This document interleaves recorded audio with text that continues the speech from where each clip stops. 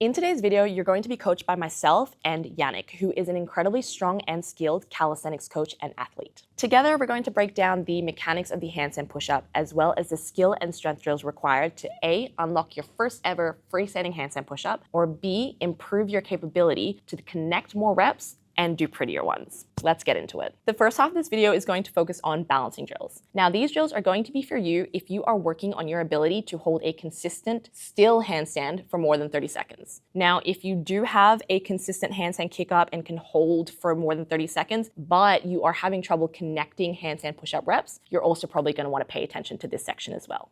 So we start by addressing the balance component of a handstand push-up by using a very simple drill called the shoulder and push-up. And this can be done using a wall assist, and we can have different progressions as you get more coordinated at it or you get a bit stronger for your anterior delts. You will be able to take a little bit less assistance off the wall by either walking a bit further or just making yourself lighter on the wall. So the three main progressions are three different levels. The first one, we're going to use a full wall assist when we're going to allow our feet to glide, to be fully in contact with the wall at all times while we glide up and down. I'm going to get into my chest to wall handstand. Right, or close enough to the wall so that we can allow ourselves still to be able to load the shoulders forward, right, by leaning a little bit.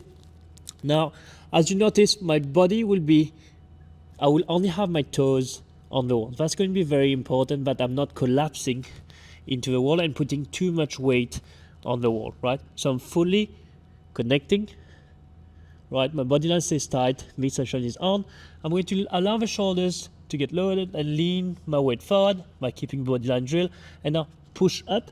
And notice when I push back up, I only have the toes that are in contact with the wall. I can even feel some momentarily float when this is happening, right? And back up. Now that we're getting a little bit more familiar with this, we can take it a little bit further forward. So the more we take the hands off the wall, so the further distance from the wall, the heavier this is going to be on the anterior delt and the more coordination we're going to have. So this will allow us to load the shoulders more, but have a slight moment of weightlessness if we want. So just with a slight float, but the wall needs to be close enough for me to be able to get back to the wall if I need to, if I lose balance, so that we can do it for multiple reps. Right? So that's the whole point of doing these drills, is for us to accumulate enough volume and enough repetition to refine the skill. So again, my chest to wall handstand. I'm going to take the hands a little bit further from the wall, so that allows me to load the anterior delts a little bit more. My weight goes fully over. I'm going to feel that my center of mass now is going to be positioned over the hands, and I'm going to aim to push and get back to the wall. And again, here, push, a slight float, and again, push and drive up.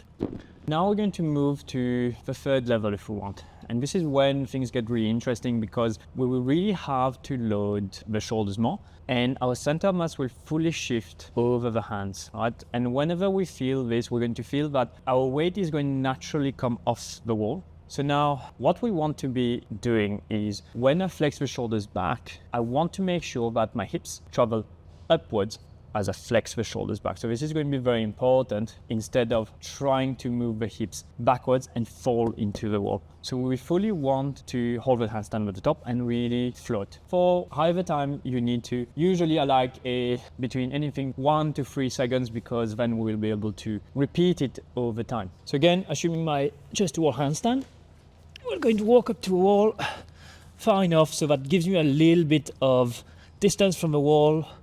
Body line is tight. I'm going to fully load the shoulders until I can feel my weight over the hands, and I'm going to push, flex the shoulders and elevate so that I'm fully in the handstand now. And again, repeat the pattern, load and push, load and push. And notice how I'm not just purely kicking the legs off the wall or swinging. Here, tight midsection, we're going to load the anterior delts, fully flex the shoulders over. So we're going to keep the midline tight, fully load the shoulders so the center of mass is over, and then push and fully elevate. So finally, a good way to integrate it is part of your handstand practice. I do like to use them as, again, correction of balance, not just particularly just for the handstand push-up, but anything that requires me to make adjustments, right? So it could be to work towards your handstand itself, or very interestingly, towards your presses to handstand, planche press to handstand, because at the end of the movement, the mechanics are very similar. So tucking the shoulders back under the hips as they travel up. So again, we'll load the anterior delt, and same. My midline stays nice and tight. Load the delt, back up. Load, and flex the shoulders, and elevate. And again, as we drop back up. Right. It's very important here that regardless of if we're progressing from on the wall or freestanding on the floor, we keep the same relationship between the feet and the shoulders need to travel in that seesaw motion where actually leveraging from the shoulders, we're going to learn how to load the anterior delt, but also very importantly, keep rigidity of the body line. So connecting with your abs, glutes, and shoulders to be able to manipulate your body as one unit, right? So that you have no leakage in that chain of pressure when trying to come back up, and this is where we encounter a lot of issues.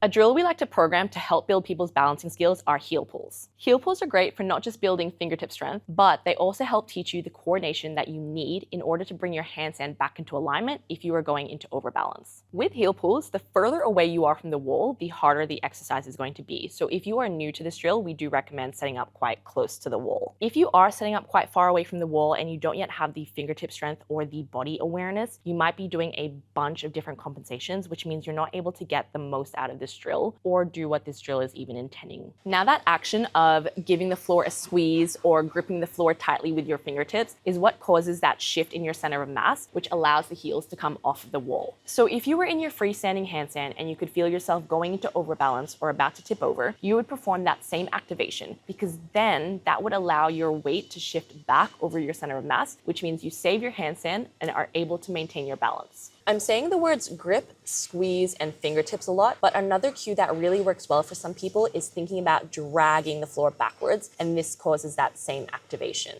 Some common errors that occur during heel pulls are arching the lower back or shifting through the shoulders to try to drag the feet off of the wall. You also want to avoid lifting one foot off than the other. If you realize you're doing any of these, correct your form by pushing tall through your shoulders, generating tension in your glutes, and making sure to keep your feet together. The next part of this video will focus on the drills that give you the strength required to do a handstand push-up. Not only do these drills strengthen your shoulders and triceps, but they teach you how to coordinate your way into and out of the handstand push-up. Let's go over the pike push-up. This is one of our favorite drills to introduce handstand push-up specific strength, and we also love to program it for a bit of extra volume for our stronger clients as well. So we're going to start in this pike position here. If things are feeling a bit tight, you can widen your feet as needed. As I lower down, I'm going to look forward, and as I lower down, I'm going to think about making a triangle with the head being the top of the triangle and my hands being the base of the triangle.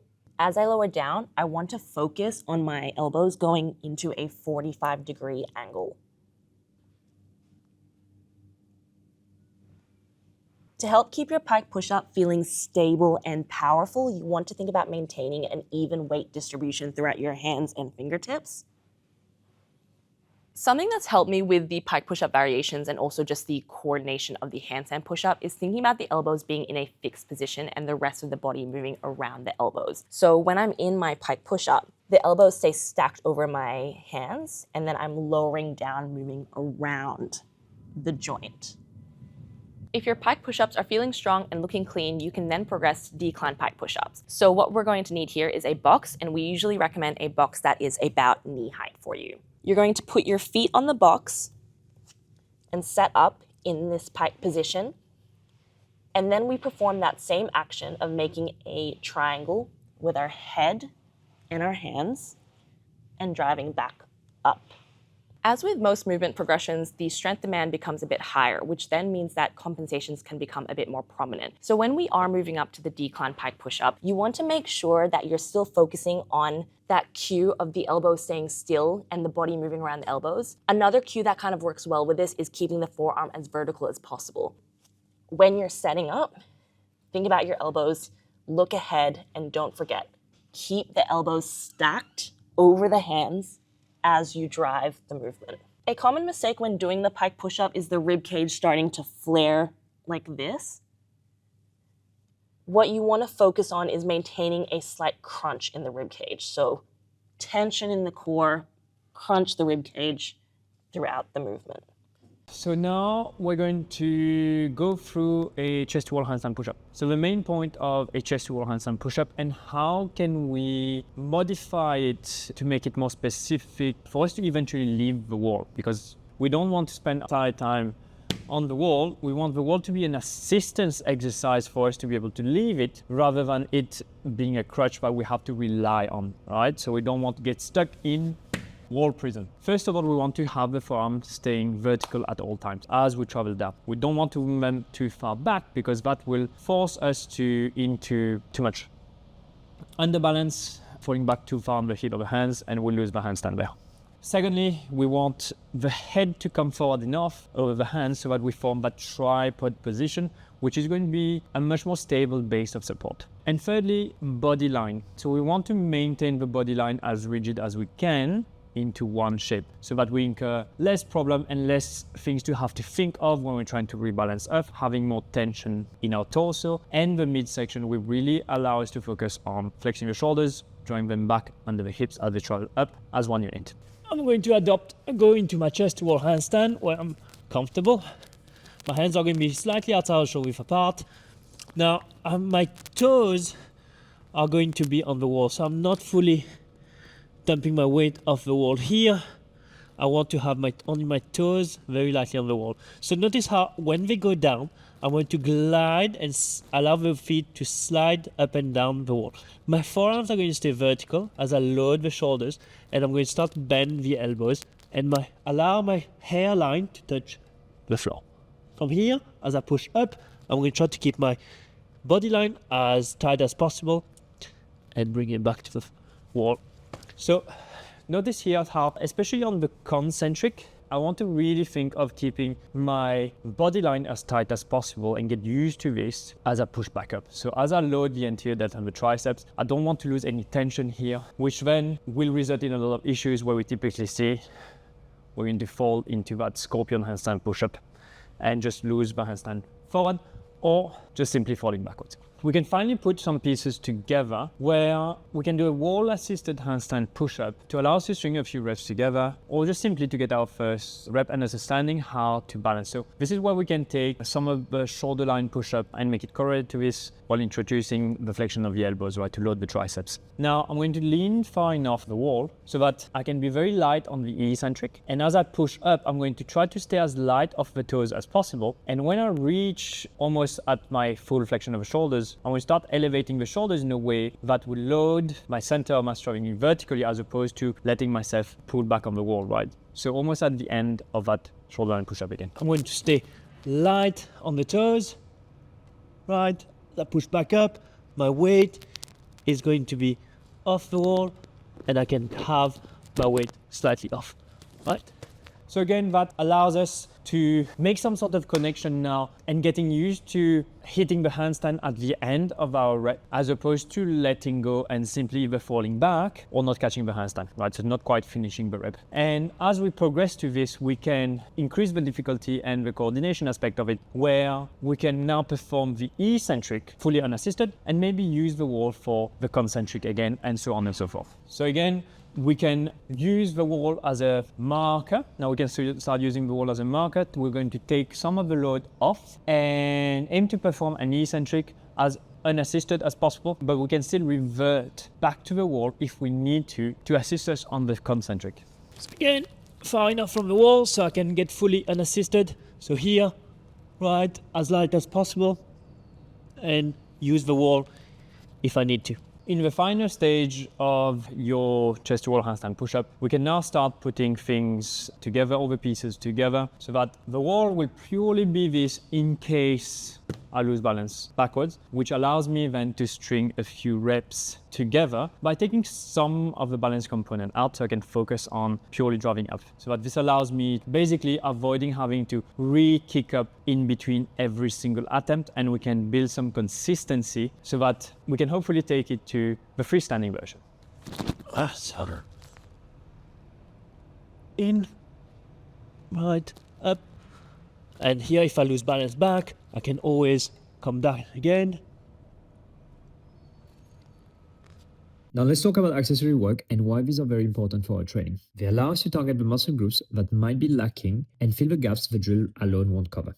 Firstly, we have the anterior delt, our prime mover for shoulder flexion. I personally like front delt raises with a plate since we can make them very specific to any skill that requires shoulder flexion and straight arm work. So we want to keep the back in contact with the wall at all times to prevent any compensation, so we don't fall into extension through the back. We can also add some protraction to reinforce the upward rotation of the upper arm, which has great carryover to straight arm pressing. Other exercises that we like to use include variations of the classic overhead press, which is great for isolating the delts for hypertrophy, especially if balance is the issue and we struggle to get enough volume. One thing to watch out for though is that the mechanics are very different from the handstand push-up. At some point, these compensation that we see can actually clash with your handstand push-up mechanics, especially if your handstand push-up patterns aren't yet solidified, mainly due to the different articulation of the scapula. And next we have the serratus, which often ends up being one of the forgotten muscle group that only gets attention once we're injured or only used in rehab. So we need to understand how to recruit it, as it will be essential for a smooth upward rotation and avoid excessive flare of the elbows. Some exercises that I like using are isometric holds in the plank to improve our recruitment. That can be used just before doing your drills or your balancing drills or any kind of handstand push-up. I do like to use them pre-workout. Now for direct hypertrophy work and to get extra volume, I like to use scapular flies or landmine press variants, which can be progressively loaded as your skill work gets more intense. If you're getting stuck around the midpoint of the press, your elbows flare out, or locking out feels particularly difficult, your triceps might be the weak link. Accessory exercises like skull crushers, overhead extensions, and tricep pushdowns let you isolate the triceps and give them the extra volume and potentially hypertrophy they need without having to accumulate a ton of fatigue elsewhere or unnecessarily add volume to muscles that aren't the limiting factor. And there you have it, everything you need to learn and perform handstand push-ups. If you found this video useful, give it a like. If you've got any questions, just pop them in the comments below. And don't forget to subscribe to mine and Yannick's channels so you don't miss any more detailed calisthenics breakdowns. See you in the next video.